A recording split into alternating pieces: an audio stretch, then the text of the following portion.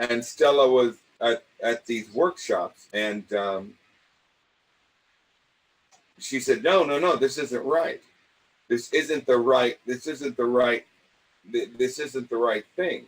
There was one pivotal exercise that Stella thought that Stanislavski got wrong, and that was emotional memory. He wanted Stella to think back on her past when things were horrible, or when she was a child. And she said, I don't want to do that. That's not what he said. And he said, yes, he did. And she said, I'm gone. And she went to find out, this was years later, and this is when Stanislavski was ailing and he lived in Paris and dying in Paris. And Stella went there and met with him for 8 weeks and went over the technique and went over and had a stenographer that was in Russian and a stenographer was in English, and went over the technique over and over to implement acting into the American world. And so she did take that one exercise that Strasberg misunderstood. She asked Stanislavski about the emotional memory. She said, yeah, we tried that, it doesn't work. The emotional mind, the sane emotional mind, cannot be in two places at once. And that's where it all fell apart. I was taking those, and I was like, I can't do this. I wasn't molested. No priest beat me. My father didn't beat me. I had no pain to call from. I'm sitting there putting stick pins through parakeet's head and nothing worked. I don't like birds, so I was like, what am I gonna, and I like pinching myself, and I go, I can't act. And I just thought, I'm screwed. And then I found this other way of working. I was at UC Riverside, and that's where I got my BA degree. I wasn't a big hit at UC Riverside. I did tiny little parts, and then on my senior year, I was asked to leave. And I said, well, you sit there in the four gods of the theater department there, and they said, we respect your love for this craft. We just don't think it's for you. And I said, oh, okay. So we're going to transfer you over to humanities. And no. They said, no. What do you mean no? I'm not going to leave. Arthur, you're not going to be cast. None of the directors want to cast you. I said, okay. What do you mean, okay? I said, how many of us are in the department? He said, there's 30. What number am I? You're 30. There's only one way to go, huh? And they all laughed, and Eric laughed, and Eric said, I'll take him. And they looked at Eric like he had betrayed the unified movement. He said, I'll take him. And they said, do you understand you can only take Eric's classes for the next year? All of them. Only Eric. Movement, Shakespeare, just Eric, over and over. And Monroe Littman will take you as well. But that's it. I said, okay. And I did it. And it didn't mean I earned this by catharsis, this great work ethic. One of the first monologues Eric assigned me in Shakespeare was Romeo and Juliet. And he asked me to do this great speech of Benvolio. When Benvolio comes before the Duke and he said, look, this is what happened, this is what happened. But there's a misunderstanding about who killed who. And I did it, and it was okay. He said, Eric, that's interesting. He started talking about, the sequence and the images. And he said, let's talk about the part where Benvolio has problems with his parents at the end of the play. What do you think about that? I said, well, I think, Benvolio had some good points, but it was good that he listened to his dad. Eric said, Arthur, there are no parents of Benvolio in Romeo and Juliet. You memorized his speech, didn't you? I said, yes. Read the play. I want to see it again next week. Busted. So the word lazy no student I have, and some come close, but the definition of lazy, Arthur Mendoza, college picture was there. And I don't know how it all happened, but somehow it all turned around. And I don't remember the day, but I was middle, I never felt picked at anything. I danced and stuff, but I was a good dancer and I could lift all the girls, and the little Queenie dancers in front couldn't lift stuff. I was in the back lifting the girls. And Monroe let me, I was walking, hey, Arthur, come here. I said, hey, Monroe, what are you going to do after graduation? I said, go to New York. I'm going to go to LA and try to, well, you ever think about graduate school? No more school. I can't do more school. I'm done. I wrote every paper. I can't. I said, well, I have a friend of mine at UC San Diego, and they're about to change San Diego into the La Jolla Playhouse and try to, they're going to house it there, and there'll be some interesting possibilities. He said, no, I don't want to go. And he said, would you just try and audition, see if you get in? And I wanted to get into Juilliard. The only place I would go for any kind of schooling after, I want to go to Juilliard. Alan Schneider was in Juilliard, he was a famous director. I knew about him, and it was New York. Once you were in New York, all the students would eventually get work on Broadway. And so there was a League of Professional Actor Training School, and they were always in San Francisco. They have some in Chicago, some in somewhere else, but the 3 times, and I was going up to San Francisco to audition for Juilliard. So I had my audition all set up, and I flew up there, had a hotel room across the street, and I got there early, and I was stretching and stuff. And North Carolina said, are you here for us? I said, no, I'm here for Juilliard. Would you like to audition for us? I said, but just, you can warm up. I said, all right.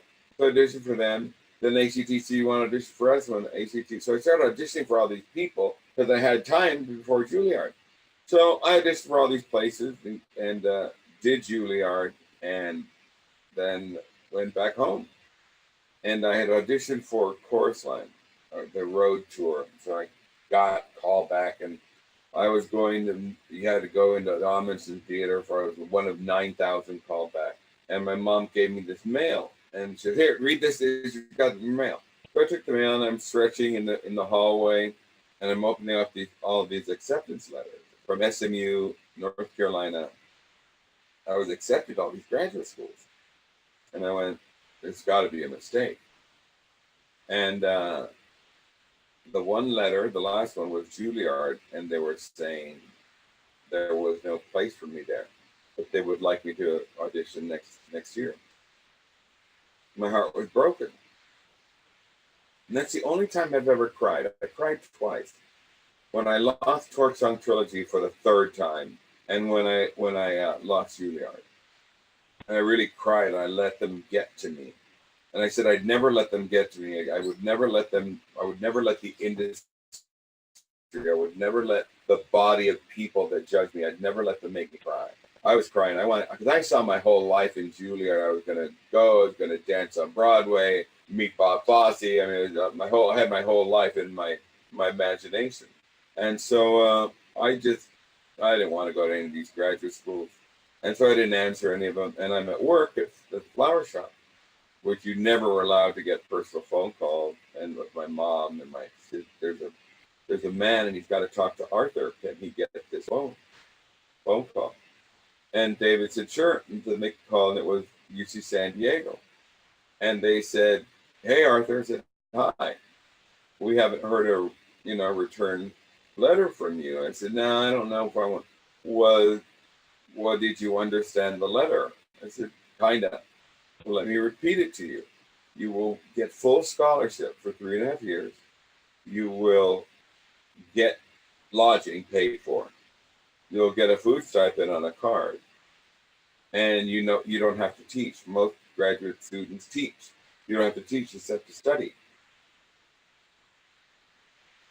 Does that appeal to you? I said, oh, and by the way, we think you'll be very happy with who's coming to teach for it. I can't tell you now, but you just have to trust me. All right. So I signed the paper and I went. So I get to UC San Diego, and there's Alan Schneider. He was leaving Juilliard, the man I wanted to study with. And I went, damn. Every time I allowed the fates to carry me, and I didn't get in there and screw it up, it worked out. And I worked with Alan Schneider for 3.5 years. And then we have to go on an internship on the 2.5 year. And of course, I'm already, trying to screw stuff up. Evita was in town. They were doing, national tour auditions. So I went to the audition. I got a call back. I told one of the girls in class, I said, I'm going to the callback next. What about your scholarship? No, get out of it. And so Alan called me and said, hey, I said, congratulations. I said, on what? We got a callback for Evita for.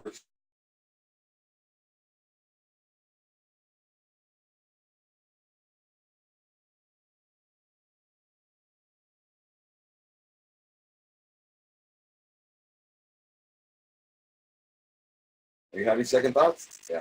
See you Monday. I said, all right. And I didn't do it, I was going to do check. I was going to go to the world. Every time I had that big dream that I knew what I was doing, the door slapped me and go, stop. And I got an introduction letter, and I went to New York and met Stella.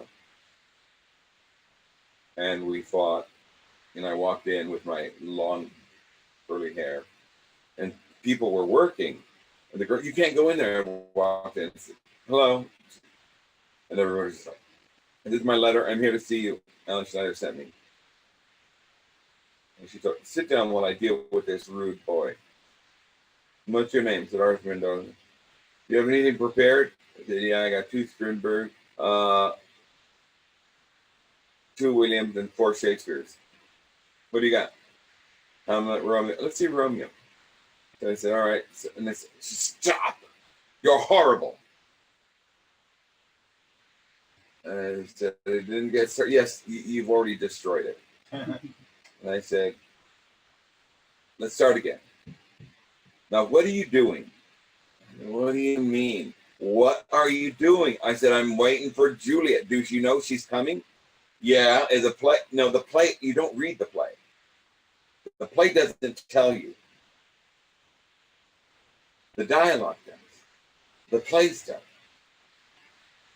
Are you at a cafe? No. Where are you? I'm on a tree. Okay, so you're on a tree. How long have you been there? I don't know. Well, if you've been there a while, it'd be better than if you just got there. So you're sitting there in a tree, and then what happens? I said, I don't know. She's gonna. No, you don't know she's gonna come out. Well, what am I doing here then? You're hoping she comes out. Before she comes out, you say, but soft.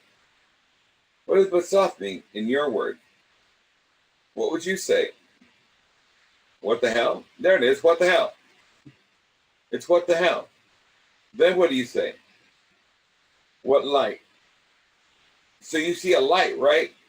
You say, what the hell? There's a light, right? And I say that. That's all you do. You don't know Juliet's coming out. And then it is Juliet, and music is the sun, because she's so beautiful and bright. You compare her to the sun, but it's nighttime. So you know it's nighttime because you're about to tell us it's nighttime. Because you're about to compare her to Diana. And Diana's in the moon, the goddess of love. And you're about to tell her that Juliet is more beautiful than Diana. And you're about to tell us that what the temperature is. Because you're going to say it's green and cloudy. That means it's a moon, but it's cloudy. No, it's cloudy because Diana is in competition with Juliet. She gets upset and makes herself cloudy because Juliet is coming out. And the moon goes away when the sun comes out, doesn't it? Damn. And I went through the whole, and then I just lifted, and she came and kissed me on the cheek. And she said, you and I will be together for the rest of our life. I said, no, I'm back in 2 weeks. She said, no, you won't. I said, I got to go back. No, I said, I got to go back. And she pulled my hair, and I'm like standing there. And she said, this is a Mexican Latino man. born from the Mayan and the Incas. I'm a Jewish broad from Odessa. I have no right to talk to him like this. She said, how do you feel, darling? I said, well, I know I'm from Incas and Mayans, but I'm still kind of, you know, she said, go sit down. And we began. And I worked with her. And I left. She was angry, of course. And then cut to a lot, like a year later, she would never come to LA because she hated the actors in LA and movies. She didn't call them actors. She called them models.